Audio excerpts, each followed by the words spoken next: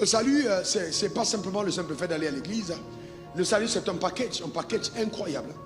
Le salut englobe tellement de choses, tellement de choses. Quand on dit qu'on est sauvé, il y a tellement de choses dans le salut.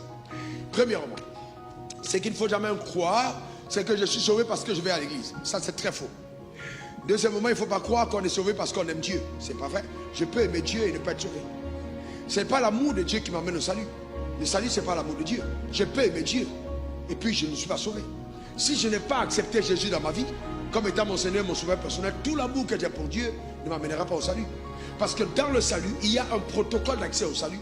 Ah ben c'est ce qui fait que tu dis que tu as la foi pour le salut. La foi pour le salut est révélée par la foi en la personne de Jésus. Tu peux croire en quiconque, croire en Pasteur Wafo, croire à n'importe qui, mais tant que Jésus n'est pas ta foi, tu ne vas pas aller au salut. Donc pour être sauvé, c'est Jésus. C'est pas un homme. Contraire, c'est Jésus. Je crois en Jésus. Maintenant, quand je suis sauvé, une fois que je suis sauvé, voyez-vous, voici donc le salut. Mais le salut englobe tout un paquet de grâce. J'ai un paquet de grâce. Le salut est là. Alors, tout ce, voyez-vous, tout ce dont j'aurai besoin. Oh là là,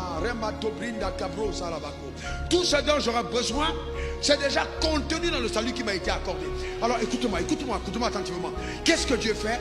Chaque fois que Dieu amène un homme à l'existence, il a déjà préparé pour cet homme qui va exister tout ce dont il a besoin pour subsister. Je reprends.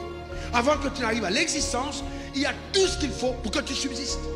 Donc quand Dieu te fait exister, ce n'est pas pour mourir. Il te fait exister pour subsister. Et il y a tout ce qu'il faut pour être épanoui et réussir la mission. D'accord? Revenons sur le premier homme.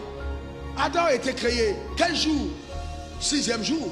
Avant qu'Adam ne soit créé, il y avait déjà la nourriture, il y avait déjà l'eau, il y avait tout pour lui. D'accord? Et l'homme, Dieu est tellement intelligent qu'il a fait l'homme et la femme. C'est-à-dire que le fait que l'homme soit seul dans le jardin d'Éden ne veut pas dire qu'il était seul.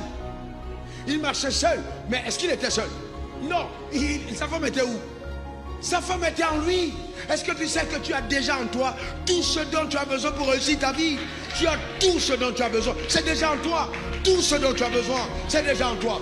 Mais Dieu est tellement intelligent qu'il va cacher en toi tout ce dont tu as besoin sous forme de talent, de dons, de grâce qui t'est accordé pour réussir le parcours de ta destinée. Le drame, c'est que la vie nous a enseigné à courir à l'extérieur, à aller chercher les choses que nous désirons, alors que la foi nous amène à l'intérieur pour découvrir ce que nous avons. Je reprends, écoutez-moi bien, écoutez-moi bien. C'est peut-être bien dit, hein, mais écoutez-moi bien parce qu'il faut que ce soit compris.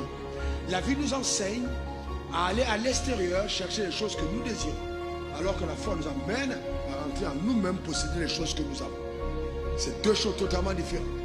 Dans la vie, quand tu veux manger, tu sors. Tu vas aller à l'école, tu t'en vas. Tu sors, tu t'en vas. Mais dans le règne de la foi, c'est que tu rentres en toi-même. Parce que tout ce que Dieu te donne est déjà en toi. Oh, écoutez-moi bien, et je le dis clairement, prenez ça comme la parole de Dieu.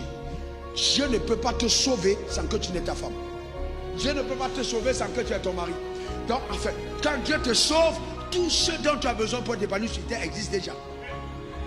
C'est déjà là. C'est pas une affaire, non, je vais jeûner, Seigneur, j'en en jeûne pour que mon mari. Non, c'est déjà là.